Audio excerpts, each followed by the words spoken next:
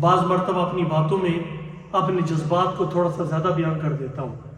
اگر کسی کو برا لگے، مردوں کو تو برا لگنا ہی نہیں چاہیے، وہ تو کسی اور کو لگے، مردوں کو تو ویسے ہی نہیں برا لگنا چاہیے. تو یہ میرے جذبات ہیں، کیونکہ جب میں چھوٹا سا تھا میں دیکھتا ہوتا تھا کہ وہ چیزیں جو شرعی طور پہ حلال ہیں ہمارے معاشرے نے اسے حرام کیا ہے. یہ سوال ہمیشہ میرے دماغ کے اندر رہتا تھا. جو عمر بڑھتی گئی، اسٹڈی کرتے گئے، اللہ تعالیٰ سینے کھولتے گئے. مجھے کئی لوگ سوال کرتے ہیں تم ممبر پر کتنی جرأت کے ساتھ دوسری شادی پہ بول رہے تھے.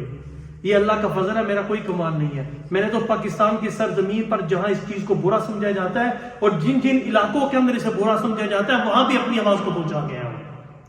یہ کوئی کمال نہیں ہے، صرف نیت یہ ہے کہ ہمارے مسلمان اللہ کے نازل کردہ قانون کو جو ہے اسے برا نہ سمجھے.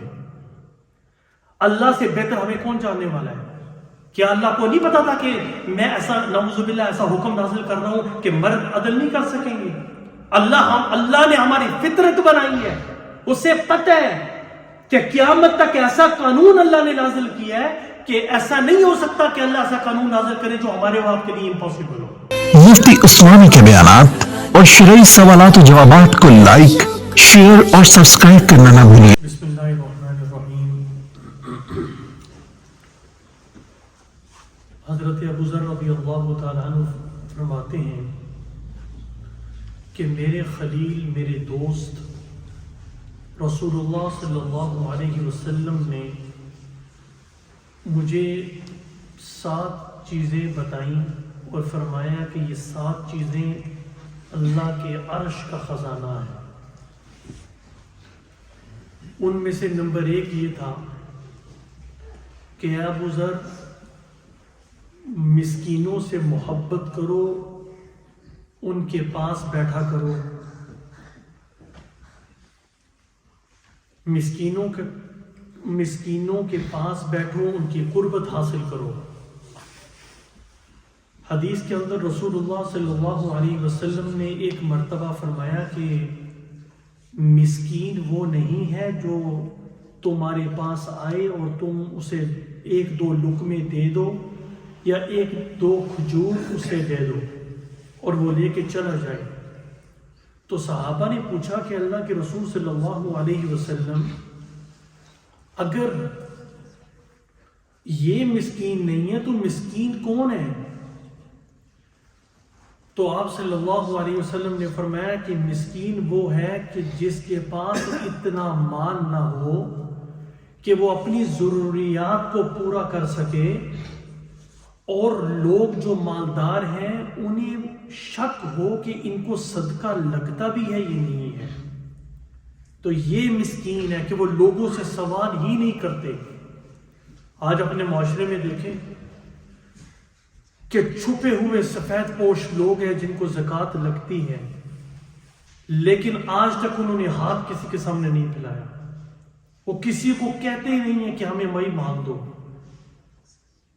تو قرآن نے اس بات پہ زور دیا کہ مسکینوں کی مدد کرو، کیونکہ مسکین وہ لوگ ہوتے ہیں کہ جو ہاتھ نہیں پھیلاتے لوگوں کے سامنے. ان سے یہ نہیں کہتے ہمیں زکوٰۃ دو، بھیک نہیں مانگتے. تو اسلام نے اس پہ بہت زیادہ زور دیا ہے. ایک صحابی آئی، یا رسول اللہ صلی اللہ علیہ وسلم آپ مجھے بتائیں کہ دل نرم کس طرح ہوگا.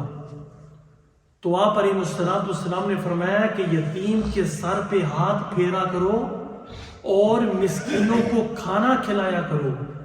جب تم یہ 2 عمل کرو گے، ان عملوں کی بدولت اللہ رب العزت تمہارے دل کو نرم فرما دیں گے.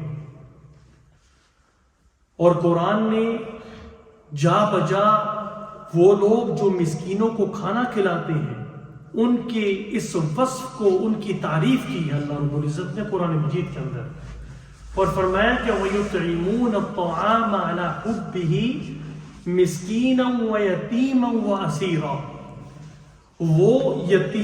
وہ مسکینوں کو اور قیدیوں کو کھانا کھلاتے ہیں اللہ کی محبت کی وجہ سے. إِنَّمَا نُطْعِمُكُمْ لِوَجْهِ اللَّهِ لَا نُرِيدُ مِنْكُمْ جَزَاءً وَلَا شُكُورًا. اور پھر وہ کہتے ہیں کہ ہم تمہیں اللہ کی رضا کے لیے کھانا کھلا رہے ہیں اور ہم تم سے کوئی ریوارڈ نہیں چاہتے، کوئی جزا نہیں چاہتے کہ تم اس کے بدلے میں کچھ دو، اور نہ ہم یہ کہتے ہیں کہ تم یہ کہو کہ ہمارا شکریہ ادا کرو، ہمارا مطمع نظر یہ ہے کہ اللہ راضی ہو جائے، اس کی رضا کے لیے ہم تمہیں کھانا کھلا رہے ہیں۔ تو مسکینوں کو کھانا کھلانے کا جو وصف ہے اور جو کھلانے والے لوگ ہوتے ہیں ان کی تعریف کرنے والا خود اللہ رب العزت ہے۔ قرآن مجید کے اندر اللہ رب العزت نے ان کی تعریف فرمائی ہے اور فرمایا کہ یسألونک ماذا ينفقون، یہ لوگ آپ سے سوال کرتے ہیں ہم کہاں خرچ کریں، کس پہ خرچ کریں؟ قل ما انفقتم من خیر فللوالدین والاقربین والیتامى والمساکین وابن السبیل ما تفعلوا من خیر فإن اللہ به علیم۔ اگر تم خرچ کرنا چاہتے ہو تو تمہارا مال تمہارے والدین پہ خرچ ہونا چاہیے، تمہارے قریبی عزیز و اقارب پہ خرچ ہونا چاہیے، مسکینوں پہ اور مسافروں پہ خرچ ہونا چاہیے، اور جو تم نیک عمل کر رہے ہو اللہ رب العزت کو تمہارے سارے عملوں کا علم ہے۔ تو کتنا انفسائز قرآن نے کیا، وَآتِ ذَا الْقُرْبَى حَقَّهُ وَالْمِسْكِينَ وَابْنَ السَّبِيلِ، اور مسکینوں کو ان کا حق دو۔ یہ ان لوگوں کے لیے بہتر ہے جو اللہ کے لیے یہ کام کرنا چاہتے ہیں اور وہ فلاح والے لوگ ہیں، کامیاب لوگ ہیں وہ۔ اللہ اکبر۔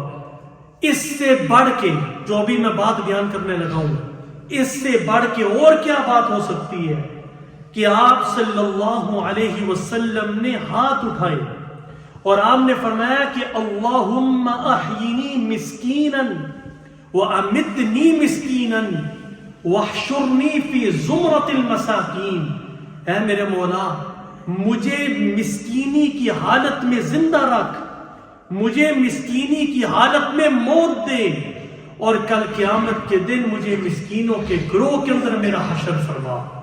حضرت اما عائشہ رضی اللہ تعالی عنہا نے جب یہ دعا سنی تو کہا کہ اللہ کے رسول آپ مسکینوں کے گروہ میں شامل ہونے کی دعائیں کیوں کر رہے ہیں؟ فرمایا کہ اے عائشہ کل قیامت کے دن جو مسکین ہوں گے وہ مالداروں سے 40 سال پہلے جنت میں داخل ہو جائیں گے۔ اللہ اکبر۔ کیونکہ جتنا مال کم ہوگا اتنا حساب و کتاب کم دینا پڑے گا، اور جتنا مال زیادہ ہوگا پھر اس کے حساب و کتاب بھی زیادہ ہوں گے، اس کے سوالات بھی زیادہ ہوں گے، کہاں خرچ کیا، کہاں سے کمایا، پھر ہر چیز کی ڈیٹیل۔ تو جو مسکین ہوگا اس کے پاس تو کچھ ہوتا ہی نہیں ہے، وہ 40 سال پہلے جنت میں داخل ہو چکا ہوگا۔ اللہ اکبر۔ پھر آپ نے فرمایا کہ اے عائشہ مسکینوں سے محبت کرو، اگر مسکین تیرے دروازے پہ آ جائے اسے کبھی رد نہ کرنا، اسے خالی ہاتھ واپس نہ لوٹانا، اگر تمہیں کھجور کا ایک ٹکڑا ہی کیوں نہ دینا پڑے تم اسے ضرور دینا، لیکن خالی ہاتھ کبھی مسکین کو واپس نہ لوٹانا۔ اور پھر آپ نے فرمایا کہ عائشہ مسکین سے محبت کرو، اگر تم مسکین سے محبت کرو گے تو اس محبت کی بدولت اللہ رب العزت کل قیامت کے دن تمہیں اپنی رحمت کے قریب کریں گے۔ اور مسکین کو جب انسان کھانا کھلاتا ہے اللہ کی رحمت انسان کی طرف متوجہ ہوتی ہے، اسے جنت میں دخول ملتا ہے۔ اور اس کے ساتھ ساتھ اگر آپ شرعی احکامات کو دیکھیں، ایک فدیہ جو آدمی روزہ نہیں رکھ سکتا، یہ مسئلے بار بار پوچھے جاتے ہیں، کئی لوگ ہر روز مسئلے پوچھتے ہیں کہ ہم بیمار ہیں ہمیں فدیہ دینا پڑتا ہے۔ بھائی فدیہ ایسے شخص کو دینا پڑے گا کہ جس کی صحت کی امید ہی نہیں ہے، یا کوئی ایسا شخص ایسا بوڑھا ہو چکا ہے کہ وہ روزے رکھ ہی نہیں سکتا، نہ لمبے دنوں کے روزے رکھ سکتا ہے نہ چھوٹے دنوں کے رکھ سکتا ہے۔ ایسے شخص کے لیے جس کو ایسی بیماری لگ چکی ہے، اب اس کی صحت مندی کی کوئی علامت موجود نہیں ہے اور وہ روزے رکھنے سے قاصر ہے، ایسے شخص کے لیے ہے کہ وہ مسکین کو فدیے کے طور پہ جو ہے وہ مال دے۔ لیکن اگر کوئی آدمی، یہ مسئلہ اسی ضمن میں آ گیا، اگر کوئی آدمی وقتی بیمار ہے، وقتی طور پہ عارضی طور پہ بیمار ہے تو پھر اس پہ فدیہ نہیں آتا. اس پر صحت مندی کے بعد جب وہ ٹھیک ہو جائے گا رمضان المبارک کے بعد تو روزے کی قضا اس پہ آتی ہے. تو یہ مسئلہ سمجھ آ گیا ہوگا. ایک آدمی ہے, اس نے اپنی بیوی کو یوں کہا کہ تم مجھ پہ اس طرح ہو جس طرح میری ماں ہے یا میری بہن ہے, اس کو زہار کہتے ہیں. اب وہ اپنی بیوی کے پاس اس وقت تک نہیں جا سکتا جب تک وہ 60 مسکینوں کو کھانا نہ کھلائے. کسی آدمی نے قسم اٹھائی, اب قسم اٹھانے کے بعد اس نے قسم توڑی, 10 مسکینوں کو یا کھانا کھلائے گا یا 10 مسکینوں کو کپڑا دے گا. تو دیکھیے ہمارے فدیے بھی ان کی ادائیگی کے لیے مسکینوں کے سوا کوئی اور رستہ ہی نہیں ہے. تو پہلا حکم جو آپ صلی اللہ علیہ وسلم نے عرش کے خزانے میں سے دیا وہ دیا تھا کہ مسکینوں کے ساتھ قربت حاصل کرو. نمبر 2, اے ابو ذر عرش کا خزانہ تمہیں دینے لگا ہوں, دینی معاملات کے اندر اپنے سے نچلے لوگوں کو دیکھو. دینی معاملات میں اپنے سے نچلے طبقے کو دیکھو. اور حدیث کے اندر آپ صلی اللہ علیہ وسلم نے فرمایا کہ جو شخص دینی معاملات میں اپنے سے اوپر والے شخص کو دیکھتا ہے, کسی نیک شخص کو دیکھتا ہے, کسی عالم کو دیکھتا ہے, کسی حافظ قرآن کو دیکھتا ہے, کسی متقی شخص کو دیکھتا ہے, کسی اللہ والے کو دیکھتا ہے اور وہی عمل کرنے کی کوشش کرتا ہے کہ اللہ نے اس کو تقوی عطا فرمایا, اللہ نے اسے قرآن و حدیث کا علم عطا فرمایا, وہ بھی حاصل کرنے لگا اور دنیاوی معاملات میں اپنے سے نچلے لوگوں کو دیکھنے لگا. تو فرمایا کہ اللہ رب العزت کے ہاں یہ شخص صابر اور شاکر لکھا جاتا ہے, صبر کرنے والا, شکر کرنے والا, کہ اللہ نے مجھے جو دے دیا میں اس پر راضی ہوں. لیکن ہم نے کیا کیا کہ دنیاوی معاملات میں اوپر والے لوگوں کو دیکھنا شروع کر دیا اور دینی معاملات میں تو اس کی چھٹی ہم نے کر دی ہے. اگر ہم دنیاوی معاملات میں نچلے طبقے کو دیکھیں گے تو ہمارے اندر شکر کا جذبہ پیدا ہوگا. اگر ہمارے پاس ایک مکان ہے, آپ اس شخص کو دیکھیں جس کے پاس مکان بھی نہیں ہے. یہ کتنے ہوم لیس گھوم رہے ہیں, میکڈونلڈز اور KFC کے سامنے وہ لوگ بیٹھے ہوتے ہیں. یہ ہمارے لیے اس ملک کے اندر بھی کتنے ہوم لیس لوگ ہیں جو غریب ہیں. اس ملک کے اندر بھی کتنے ایسے لوگ ہیں جو اس ملک میں رہتے ہوئے زکوٰۃ کے مستحق ہیں.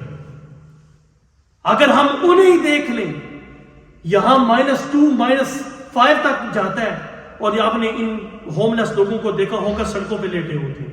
ہمارے یہاں مدرسے کے اندر بھی کئی لوگ باہر وہ سوئے ہوتے ہیں. تو ان کو ہی ہم دیکھ کر ہمارے اندر صبر اور شکر کا جذبہ پیدا ہو جائے کہ اللہ تیرا شکر ہے کہ کم از کم آپ نے ہمیں اس سے بہتر نعمتیں عطا فرمائی. تو نمبر 3, صلہ رحمی. اپنے اندر صلہ رحمی پیدا کرو. آپ صلی اللہ علیہ وسلم نے فرمایا جب اللہ نے رشتے کو پیدا کیا, جب اللہ نے رشتے کو پیدا کیا تو رشتے نے اللہ سے کہا کہ اے اللہ آپ مجھے پیدا کر رہے ہیں, لوگ مجھے توڑیں گے. تو اللہ رب العزت نے فرمایا کہ اے رشتہ میرا تیرے ساتھ یہ وعدہ ہے, میں تمہیں بنا رہا ہوں, میں نے تجھے پیدا کیا, جو تیرے ساتھ توڑے گا میں اپنی رحمت سے اس کو توڑوں گا, جو تجھے جوڑے گا میں اسے اپنی رحمت سے جوڑوں گا. اور دوسری حدیث کے اندر آپ صلی اللہ علیہ وسلم نے فرمایا لوگوں یہ ہم سب کے لیے بہترین حدیث ہے, یہ زندگی دنیا کی تو گزر جانی ہے. افسوس تو یہ ہے کہ ہمارے دل اتنے سخت ہو گئے کہ مرنے سے پہلے ہم لکھ کے دے جاتے ہیں کہ میرے جنازے میں فلاں کو شریک نہ ہونے دینا. ہماری جہالت کی انتہا یہ ہے, میری میت پر اس کو میرا چہرہ نہیں دیکھنے دینا اسے. لیکن آپ صلی اللہ علیہ وسلم نے فرمایا اگر تم چاہتے ہو کہ تمہاری روزی کے اندر برکت ہو اور تمہاری عمروں کے اندر اللہ رب العزت جو ہے وہ برکت عطا فرمائے. تم اپنے غریب رشتہ داروں کے ساتھ صلہ رحمی کرنا شروع کر دو. جب تم غریب رشتہ داروں کے ساتھ صلہ رحمی کرو گے، اللہ رب العزت تمہاری عمروں کے اندر برکت عطا فرمائے گا. جس طرح رزق تو وہی ہے جو آپ کو ملنا ہے، لیکن رزق کے اندر برکت آ جاتی ہے. عمر تو وہ ہے کہ جو اللہ نے لکھ دی ہے. 60 سال 70 سال جتنا بھی جینا ہے کسی نے اتنی عمر ملے گی، لیکن وہ ان سالوں میں اور ان لمحات میں اللہ ایسی برکت دے دیتے ہیں کہ اگر تھوڑا سا کام کرے گا، یعنی تھوڑے وقت میں کام کرے گا، زیادہ کام ہو جائے گا. اس کی عمر کے اندر اللہ تعالیٰ اللہ رب العزت برکتیں عطا فرمائیں گے. تو صلہ رحمی جس کو آج ہمارے معاشرے میں ہم نے دیکھ دیا، گھر گھر پھٹے ہوئے ہیں.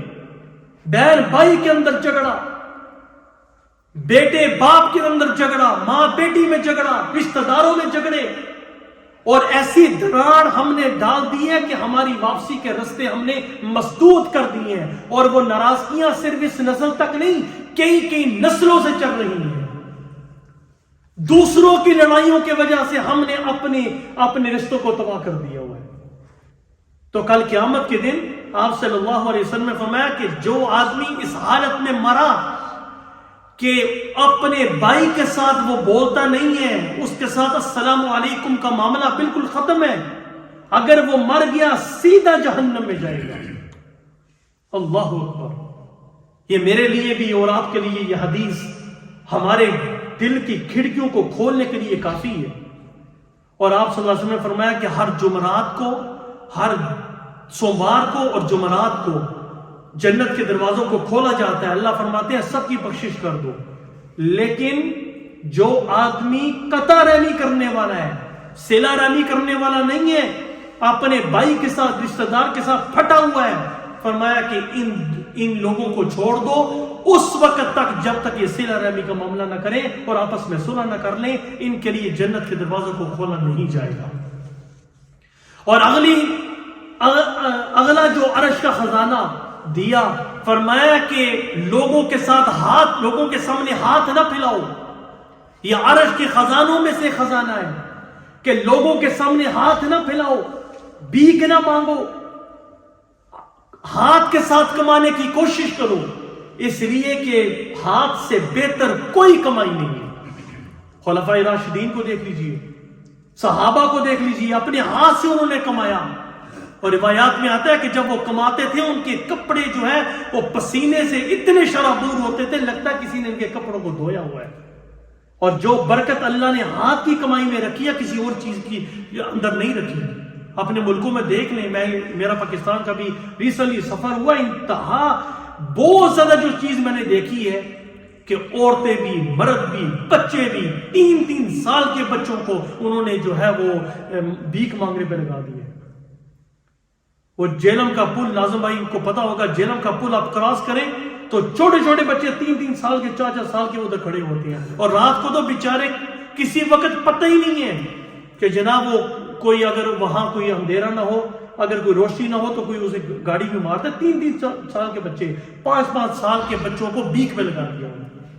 یہ بچوں کی یہ عمر ان کی تربیت کی تھی، ہم نے بھیک میں لگا دیا. اور اگلی وصیت کیا فرمائی کہ حق بات کو بیان کرنا، کسی سے ڈرنا نہیں ہے. اور اگلی بات یہ بیان فرمائی کہ ملامت کرنے والے کی ملامت سے کبھی نہیں ڈرنا. اگر آپ کو اللہ تعالیٰ کسی نعمت سے نواز دیں، کسی دینی حکم سے نواز دیں، اپنے کسی حکم پر عمل کی توفیق عنایت فرمائے دیں، اور لوگ اس کے مخالف ہوں، آج بہت ساری مثالیں ملتی ہیں، تو لوگوں کی ملامت سے ڈرنا نہیں ہے. میں معذرت کرتا ہوں، کئی لوگ کہتے ہیں کہ آپ اپنے بیانوں میں پتہ نہیں کہاں سے یہ چیزیں ملا کے لے آتے ہیں، لیکن آ جاتی ہیں ہمارے معاشرے میں. اب یہ وراثت کا مسئلہ آپ دیکھ لیں، بڑا بھائی قابض ہو کے بیٹھ جاتا ہے، بہنوں کو حصہ نہیں دیتے، چھوٹے بھائیوں کو محروم کر دیا، اسے سائیڈ پہ لگا دیا، بہنوں کو سائیڈ پہ لگا دیا. تو اب معاشرے میں ایک چیز چل پڑی ہے کہ بڑا بیٹا جو ہے وہ وراثت کا مالک ہو جاتا ہے آٹومیٹکلی، لیکن شرعی طور پہ تو نہیں ہوتا۔ اگر دنیا میں ہم نے قبضہ کر لیا، کل قیامت کے دن تو اللہ کے سامنے جواب دینا پڑے گا۔ اور آپ صلی اللہ علیہ وسلم نے فرمایا کہ اگر کوئی شخص جس نے ایک بالشت 1 فسٹ کسی کے زمین پر قبضہ کیا، کل قیامت کے دن 7 زمینوں کا توق اس کے گلے میں ڈالا جائے گا۔ دنیا میں تو ہم کر لیں گے، لیکن اللہ کے سامنے ہم کس طرح اس چیز کو برداشت کریں گے اور اللہ کو کیا جواب دیں گے؟ تو ایک تو یہ ہے کہ کوئی آدمی، لوگوں اپنے اندر جرت پیدا کرو، لوگوں کا خوف نکال دیجئے اپنے اندر کہ لوگ کیا کہیں گے۔ لوگ کہیں گے نمازی بن گیا ہے، لوگ کہیں گے اس نے دوسری شادی کر لی ہے۔ جی ہمارے معاشرے میں یہ بھی تو ایک بڑا فتنہ ہے کہ کوئی آدمی گناہ کرتا رہے، وہ گناہ کرتا رہے، لیکن دوسرا نکاح کرنے کے لیے کرے گا تو وہ ملامت کیا جاتا ہے۔ بھائی ہم یہ نہیں کہتے کرو جا کے شادیاں، بھائی ہم کسی کو نہیں کہتے کہ دوسری شادی کرو، لیکن جو کرتا ہے اسے ملامت تو نہ کرو، بیکاز اللہ تعالیٰ نے قرآن مجید کے اندر فرمایا غیر ملومین، جو نکاح کرتا ہے اس پر کوئی ملامت نہیں ہے۔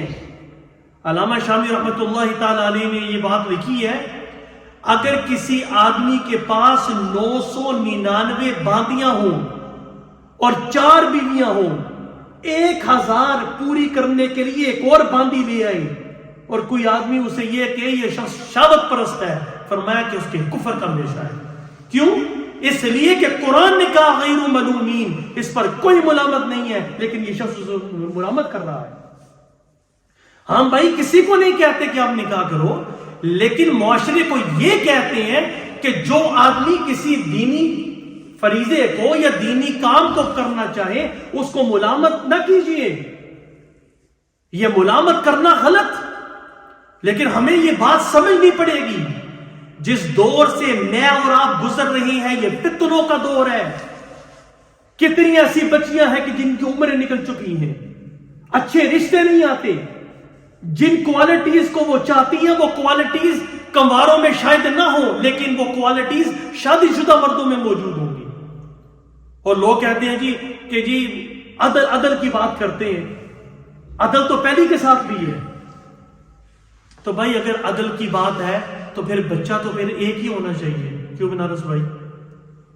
بچہ تو پھر ایک ہونا چاہیے، پھر 2 بچے پیدا نہ کرو، کیونکہ بچوں کے درمیان بھی عدل ہونا چاہیے۔ جہاں آپ 3-3 4-4 بچے پیدا کرتے ہیں، ان کے درمیان عدل کرتے ہیں، تو 2 بیویوں کے درمیان کیا مشکل ہے؟ لیکن ملامت ہمارا معاشرہ، کیونکہ ہم ہندوؤں کے ساتھ رہے ہیں، اگر آپ ہندوؤں کی ہسٹری پڑھیں تو ان کے بڑوں نے تو پتہ نہیں کتنی کی ہوئی تھی، لیکن جیسے پستی آتی گئی ہمارے معاشرے میں، ہم نے اس عمل کو بھی گناہ سمجھ لیا۔ یہ واحد رستہ ہمارے پاس گناہ سے بچنے کا۔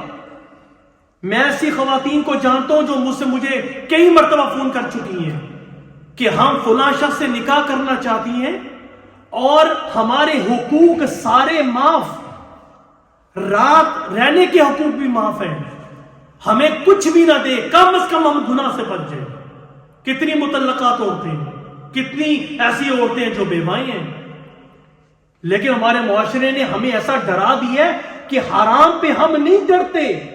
حرام کرنے کے لیے ہمارا نوجوان جسارت کرتا ہے، لیکن نکاح کرنے کے لیے وہ چھپ چھپ کے نکاح کرے گا۔ یہ چھپ کے نکاح کرنا اس چیز کی دلیل ہے کہ ہم اپنے معاشرے سے ڈرتے ہیں۔ تو یہ ہے ملامت۔ اگر آپ عرش کا خزانہ لینا چاہتے ہیں تو معاشرے کے لوگوں اپنے سینے سے اس چیز کو نکال دیجئے۔ اگر کوئی دینی کسی کام پہ عمل کرنا چاہتا ہے تو اس کو ملامت نہ کرو۔ یہ میسج ہے اسلام کا۔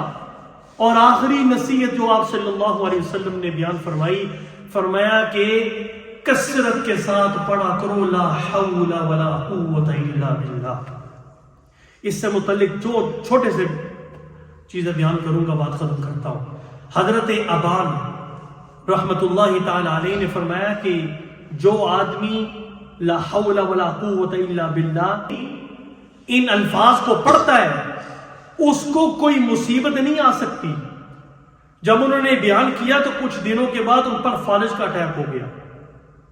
کسی نے پوچھا آپ تو کہہ رہے تھے ولا حول ولا قوت الا باللہ، جو آدمی یہ الفاظ پڑھتا ہے اسے تو کوئی نقصان نہیں ہو سکتا. فرمایا خدا کی قسم جس دن مجھے فالج پڑا میں نے یہ الفاظ پڑھے ہی نہیں. اگر میں پڑھتا مجھے یقین ہوتا کہ اللہ رب العزت مجھے سب بچا دیں گے. ایک صحابی آئے، اے اللہ کے رسول میرے بیٹے کو مشرکین نے پکڑ لیا اور وہ بہت بڑا تاوان مانگتے ہیں.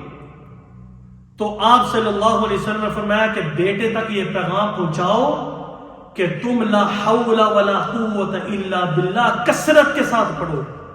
جب اسے یہ بات پہنچی اس نے کثرت کے ساتھ لا حول ولا قوت الا باللہ پڑھنا شروع کر دیا.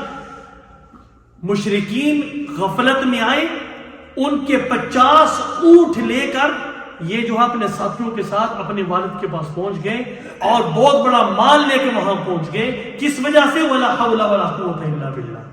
تو لوگوں یہ 7 عرش کے خزانے ہیں جو رسول اللہ صلی اللہ علیہ وسلم نے ہمیں عطا فرمائی. اگر ہم عمل کریں گے ایسا ہوگا کہ اللہ رب العزت نے اپنے عرش کے 7 خزانوں سے ہمیں مالا مال کر دیا. یہ ہمیں یقین پیدا کرنا پڑے گا. کمپنی والے کہتے ہیں آپ اتنے منٹ یوز کریں گے ہم آپ کو اتنے پیسے دیں گے. ہمیں یقین ہوتا ہے. رات کو 2 بجے جناب میسج آتا ہے ایمریٹس والوں نے، یہ بچوں کے ساتھ ابھی میں بات کر رہا تھا، ایمریٹس والوں نے 500 جو ہے وہ ٹکٹیں فری لگائی ہیں. 10 لوگوں کو بھیجو گے تو تمہیں جو ہے وہ ٹکٹ فری ملے گی. ہوتا جھوٹا سارا. پڑھے پڑھے لکھے لوگ رات کو 3 بجے ٹاں ٹاں ہوتی ہے، مطلب ایمریٹس والوں کی وہ آئی ہوتی ہے جناب، وہ فیک میسیج آئے ہوتے ہیں. بندہ اٹھ کے 10 بندوں کو بھیجو گے تمہیں خوشخبری ملے گی. جھوٹے میسیجز پہ ہمیں یقین ہے، لیکن اللہ نے فرمایا کہ یہ عمل کرو گے تمہیں عرش کے خزانے ملیں گے. وہ یقین نہیں ہے. اللہ نے فرمایا تم نماز پڑھو گے، زکات دو گے، میرے قربت میں آؤ گے، تمہیں جنت الفردوس سے مالا مال کروں گا. اس پہ ہمیں یقین نہیں ہے، لیکن جھوٹے میسیجز پہ ہمیں یقین ہوتا ہے. بعض مرتبہ اپنی باتوں میں اپنے جذبات کو تھوڑا سا زیادہ بیان کر دیتا ہوں. اگر کسی کو برا لگے، مردوں کو تو برا لگنا ہی نہیں چاہیے، وہ تو کسی اور کو لگے، مردوں کو تو ویسے ہی برا لگنا چاہیے. تو یہ میرے جذبات ہیں، کیونکہ جب میں چھوٹا سا تھا میں دیکھتا ہوتا تھا کہ وہ چیزیں جو شرعی طور پہ حلال ہیں ہمارے معاشرے نے اسے حرام کیا ہے. یہ سوال ہمیشہ میرے دماغ کے اندر رہتا تھا.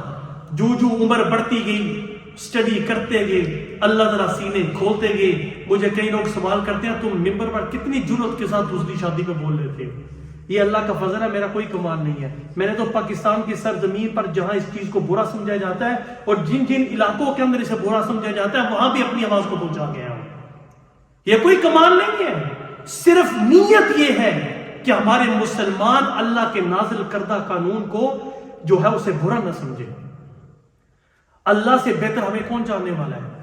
کیا اللہ کو نہیں پتا تھا کہ میں ایسا نعوذ باللہ ایسا حکم نازل کر رہا ہوں کہ مرد عدل نہیں کر سکیں گے؟